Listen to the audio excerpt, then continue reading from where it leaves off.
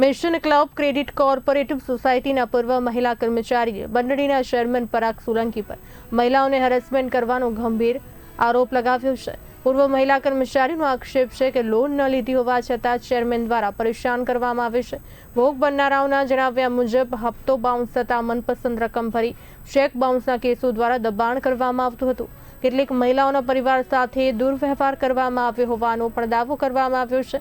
મહિલા કર્મચારીઓને હેરાન કરવામાં ન ફક્ત ચેરમેન પરંતુ તેમના પત્ની તેમના પુત્ર પર પણ ગંભીર આક્ષેપ પૂર્વ મહિલા કર્મચારીએ કરતા ચર્ચાનો વિષય બન્યો છે। મહિલા કર્મચારી આ મામલે ચેરમેન સહિત તેમને હેરાન કરનાર માટે કલેક્ટર અને પોલીસને રજૂઆત કરી હતી।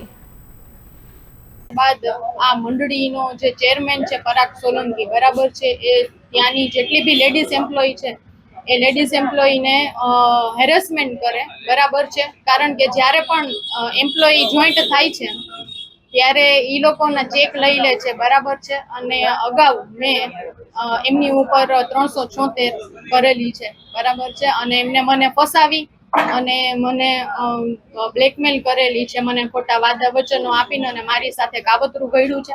આની પહેલા પણ બીજી અનેક છોકરીઓ સાથેના રિલેશન હતા અને હજી છે પણ, એની વાઈફ પણ છે ને 2 છોકરા પણ છે, અને હાલ મને હેરાન પરેશાન કરવા માટે અલગ અલગ જગ્યાએ મારા ચેક નાખે છે। એક પણ પ્રકારની લોન લીધેલી નથી કે કાંઈ છે નહીં, છતાં પણ હેરાન પરેશાન કરે છે એ વ્યક્તિ।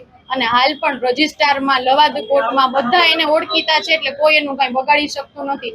ઇવન રેપ કેસ 376 પણ એને એક પણ દિવસ જેલમાં રહ્યો નથી, એટલે એ પોતાને સમજે છે કે હું બધે પહોંચી વળીશ।